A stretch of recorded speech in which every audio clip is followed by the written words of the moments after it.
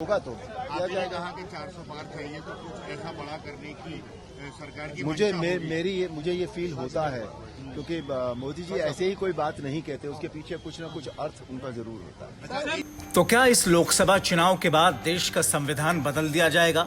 ये सवाल इसलिए क्योंकि टीवी सीरियल रामायण में भगवान राम का किरदार निभाने वाले मेरठ से बीजेपी के लोकसभा प्रत्याशी अरुण गोविल संविधान में बड़े बदलाव का दावा कर रहे हैं। वो पीएम मोदी के 400 पार के नारे को तर्क बनाते हुए कहते हैं कि पीएम मोदी यूं ही कोई बात नहीं करते। मेरठ से बीजेपी प्रत्याशी अरुण गोविल के इसी बयान के बाद से उत्तर प्रदेश समेत देश में हंगामा मचा है। अब इस बयान पर बीजेपी के अरुण गोविल और उत्तर प्रदेश के पूर्व मुख्यमंत्री समाजवादी पार्टी के मुखिया अखिलेश यादव आमने सामने आ गए हैं। अखिलेश यादव अरुण गोविल समेत बीजेपी पर प्रहार करते हुए आक्रोश व्यक्त कर रहे हैं। अखिलेश ने सोशल मीडिया एक्स पर लिखा, जो लोग संविधान में प्रगतिशील संशोधन करने और मूलभूत बदलाव करने के बीच का अंतर नहीं समझते, उन्हें टिकट देकर भाजपा ने भारी भूल की है।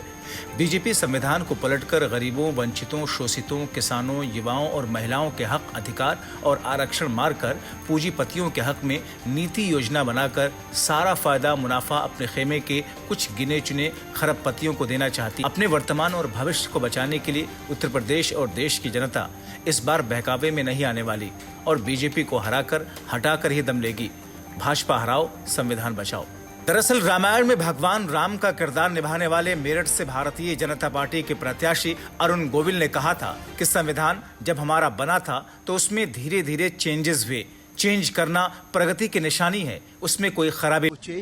चेंज करना जो है वो प्रगति की निशानी होती है, उसमें कोई खराब बात नहीं होती, क्योंकि परिस्थितियां उस वक्त की कुछ और थी, आज की परिस्थितियां कुछ और हैं। हमें उसके हिसाब से अगर कुछ चेंज उसमें करना है। जाहिर तौर पर लोकसभा चुनाव के पहले चरण के मतदान से ठीक कुछ दिन पहले का यह हंगामा जिस अंदाज में गली चौराहों से लेकर के लोगों के बीच और लोगों की जुबान पर है, उसका असर किसके हक में बेहतर फायदा देगा, ये देखना बहुत महत्वपूर्ण होगा। Bureau report, TV7 Bharat.